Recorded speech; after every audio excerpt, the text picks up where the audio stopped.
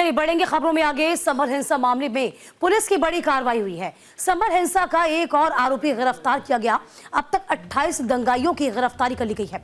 अफवाह फैलाने वालों को भी धर दबोचा गया है। अफवाह फैलाने के आरोपी फरहत गिरफ्तार हुआ है।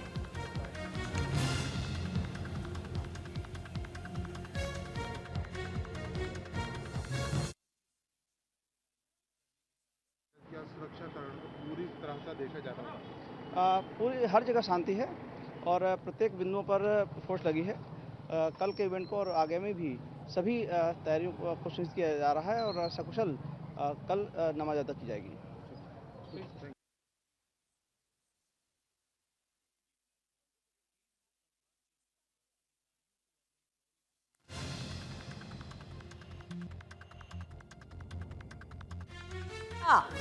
फैलाने वाला एक और आरोपी गिरफ्तार किया गया है।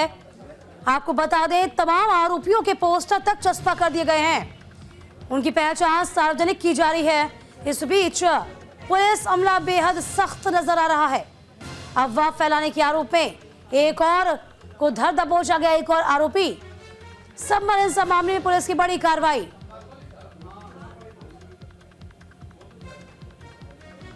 तब तक 28 दंगाइयों की गिरफ्तारी कर ली जा चुकी है। इस बीच आरोपियों की पहचान हो सके तमाम तस्वीरें सार्वजनिक कर दी गई हैं। तो संभल हिंसा मामले में पुलिस की बड़ी कार्रवाई, जहां संभल हिंसा का एक और आरोपी पुलिस के हत्थे चढ़ गया। यानी कि अब 28 दंगाई गिरफ्तार हो चुके हैं। अब जो भी अफवाह फैला रहा था उसको बख्शा नहीं जाएगा। आरोपी की पहचान की जाएगी। आरोपी की पहचान सार्वजनिक की जा रही है। तो फिलहाल देखिए, आपको बता दें, आरोपी को धर दबोचा गया है। फरहत नाम का एक और आरोपी इसे गिरफ्तार किया गया है, जो कि अफवाह फैला रहा था।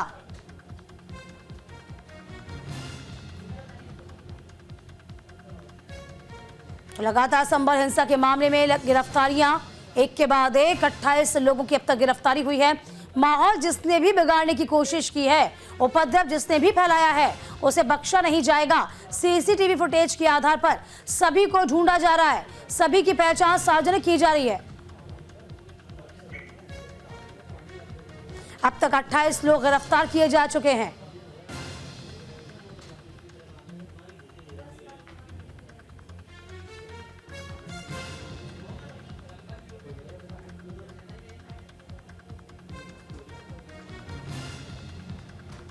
तमाम जानकारी के साथ हमारे सहयोगी विवेक तिवारी जी इस पूरी खबर पर बने हुए हैं। विवेक जी, देखिए, संभल हिंसा में एक के बाद एक गिरफ्तारियां हो रही हैं। तमाम आरोपियों की पहचान भी सार्वजनिक की गई है।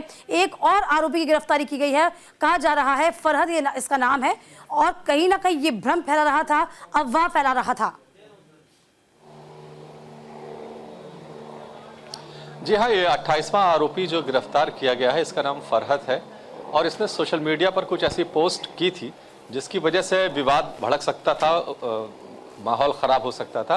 इस आरोप में इसकी गिरफ्तारी हुई है।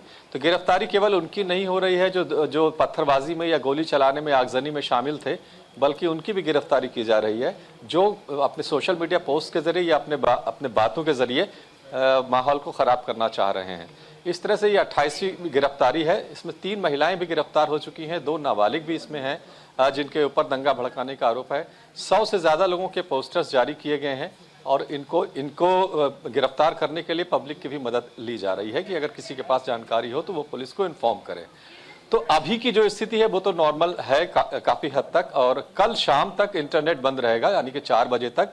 महत्वपूर्ण बात यह है कि कल का जो दिन है वो बहुत सेंसिटिव है संभल के लिए। उसकी 2 वजह हैं। पहली तो जुमे की नमाज पढ़ी जानी है और शाही जामा मस्जिद जिसको लेकर के सारा विवाद है, वहाँ पर ज़्यादा भीड़ इकट्ठा होती है, उसको कैसे कंट्रोल करना है। और दूसरी बड़ी बात यह है कि सिविल कोर्ट में जहाँ पर सर्वे का केस चल रहा है, वहाँ पर सर्वे जो किया गया है 2 दिनों का, उसकी रिपोर्ट पेश की जानी है। तो उस रिपोर्ट के पेश किए जाने के बाद क्या सूरत हाल होगा ये देखना होगा, और दूसरा जुमे की नमाज शांतिपूर्वक निपट जाए ये भी प्रशासन को देखना होगा। तो उसको लेकर के काफ़ी तगड़ी तैयारी चल रही है वहाँ पर। शाम तक कुछ गाइडलाइंस लोगों के लिए जारी की गई, किस तरह से क्राउड का मैनेजमेंट करना, ये सारी चीज़ें। तो संभल के लिए कल का दिन बहुत ही ज़्यादा सेंसिटिव, संवेदनशील होने जा रहा है। बिल्कुल जाहिर सी बात है, दुगनी चुनौती हो जाएगी कल प्रशासन के लिए भी। अच्छा, इस बीच ये भी बताइए विवेक जी, चूंकि तमाम बड़े लोगों पर भी कह सकते हैं कि मामला दर्ज किया गया है, वहाँ के सांसद के ऊपर मामला दर्ज हुआ, बेटे के ऊपर हुआ, क्या और भी कोई सफ़ेद पोश जो हैं वह शामिल हो सकते हैं, क्या लगता है? देखिए, अभी तक जो जानकारी आई है, जो जांच पड़ताल हुई है, उसमें 2 लोगों की बात सामने आई है। एक तो ज़ियाउर रहमान बर्क जो संभल के सांसद हैं, और दूसरे जो वहाँ के विधायक हैं सोहेल इकबाल उनका नाम है, उनके खिलाफ इन पर आरोप है। इनकी बाकायदा पुलिस के पास रिकॉर्डिंग है, इनके क्या बयान थे। कहा गया कि मस्जिद की हिफाजत करनी है और दूसरे ने कुछ और कहा कि इकट्ठा होइए, बचाना है। इस तरह की बातें जिससे भीड़ इकट्ठा हुई। इसके अलावा और अभी फिलहाल इस प्रोफाइल का कोई लीडर सामने नहीं आया है जिसके खिलाफ पुलिस ने कोई जांच पड़ताल की हो। तो अभी जो निशाने पर हैं ये दो लोग हैं। एक तो सांसद है, चूंकि संसद सत्र चल रहा है, उनकी गिरफ्तारी कैसे की जाती है, उनको बुलाया जाता है, नोटिस देके, देखिए उनका प्रोटोकॉल होता है, ऐसे अरेस्ट नहीं कर सकते हैं। नोटिस देके बुलाकर पूछताछ की जाएगी, फिर उसके बाद जैसा उचित होगा वो कार्रवाई की जाएगी। तो सफेद पोशों की जहां तक बात है तो एक विधायक और एक सांसद का ही नाम अब तक सामने आया है, बाकी सब छोटे मोटे कार्यकर्ता हैं। लेकिन ज्यादातर लोग ऐसे हैं जो भीड़ में शामिल थे, वो आम लोग हैं और उन्होंने किसी के उकसाने पर यह सारी कार्रवाई की है, ऐसा पुलिस मान के चल रही है।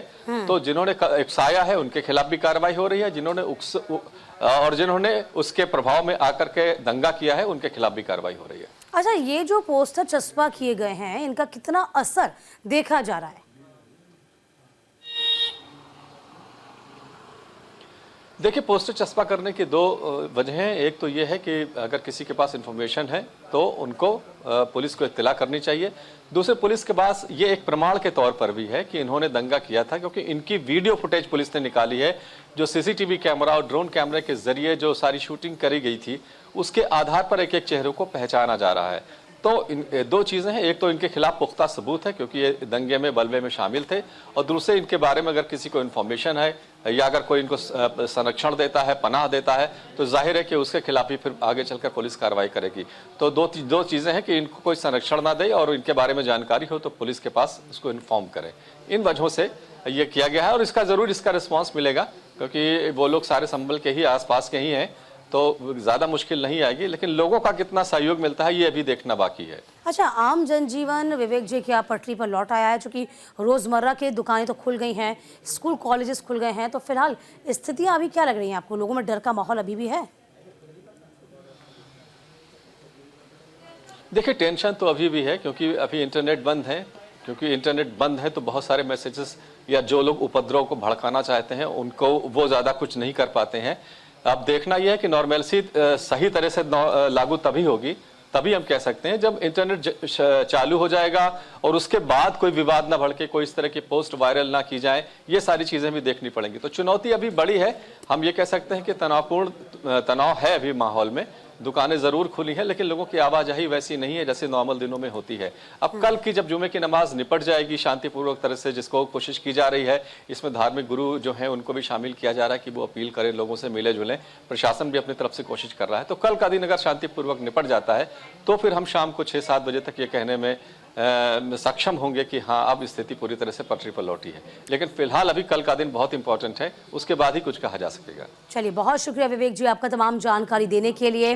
तो संभल हिंसा में किस तरीके से कल का दिन बहुत खास बताया जा रहा है, क्योंकि कल जुमे की नमाज भी होनी है। इसके बावजूद जो सर्वे किया गया उसकी रिपोर्ट भी आनी है। फिलहाल देखिए, तमाम जो पुलिस के आला अधिकारी हैं वो मौजूद हैं और लगातार पेट्रोलिंग की जा रही है, लोगों को समझाइश दी जा रही है, बहुत ज़रूरी ना हो तो घर से बाहर ना निकले, पूरा ख्याल रखा जा रहा है।